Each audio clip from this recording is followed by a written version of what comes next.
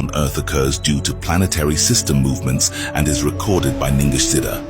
Enki orders his son Ningishzida to rebuild ancient Kemet, and he has a fallout with his brother Marduk, also known as Amun-Ra.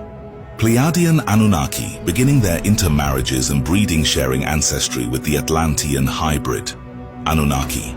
They then genetically modified groups such as the Olmecs and Nordics and seeded indigenous native people in early North America. Many of these beings later withdrew underground to maintain the purity of their lineage, residing in the hollow earth city Agartha, uninterested in mingling with more aggressive bloodlines. 36,000 years ago, the first of the Great Pyramid Wars began. Inanna, daughter of Enlil, becomes a goddess. Enki orders Thoth, also known as Ningishzida, to Mesoamerica and writes emerald tablets. The Mayan Aztec civilization and indigenous Americans begin. On the surface, Earth faced new challenges. The contract between Marduk, also known as Amun-Ra, who had draconian Omicron blood favoring winged dragon men for peace, expired. This led to the Pyramid Wars, during which Anunnaki royals created an artificial ice age, a nuclear winter. Civilizations that had expanded north and south retreated towards the equator, and Pangaea eventually broke apart. As a result, human cultures concentrated into technologically and spiritually advanced civilizations known as Lemuria and Atlantis. Other groups seeking shelter discovered ancient underground caverns and cities, some populated by Dracos and others by more benevolent groups like the Agarthans. This migration to the underground world continued for hundreds of thousands of years, especially during times of surface hardship, leading to the development of Agartha, an inner Earth civilization with cities spanning the globe.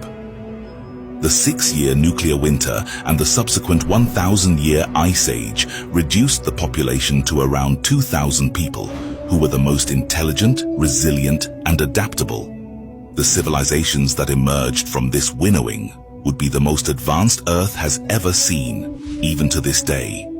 This winnowing nearly eradicated most early hominid groups, allowing Homo sapiens sapiens to become the dominant human group on Earth, though some spiritually advanced early hominid groups, such as Yetis and Bigfoot, did survive.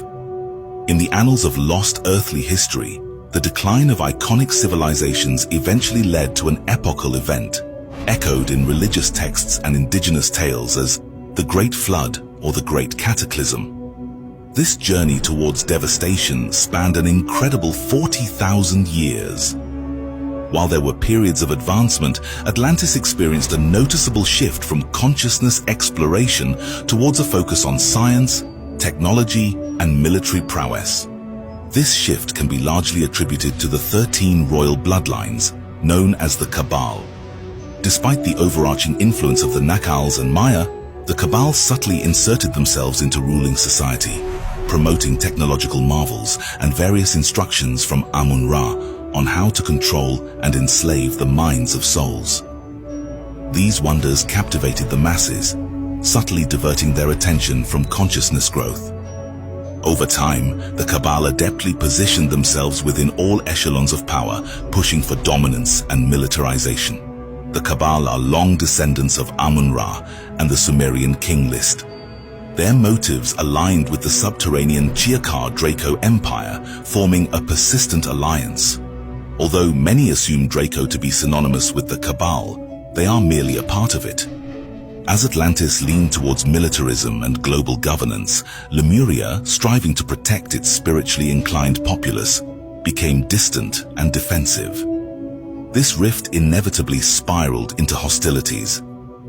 As decline approached, the Pleiadian Anunnaki, distressed by Earth's dropping vibrational frequency, began distancing themselves. They retreated to Shambhala and other fifth-density bases, including Venus. Other consciousness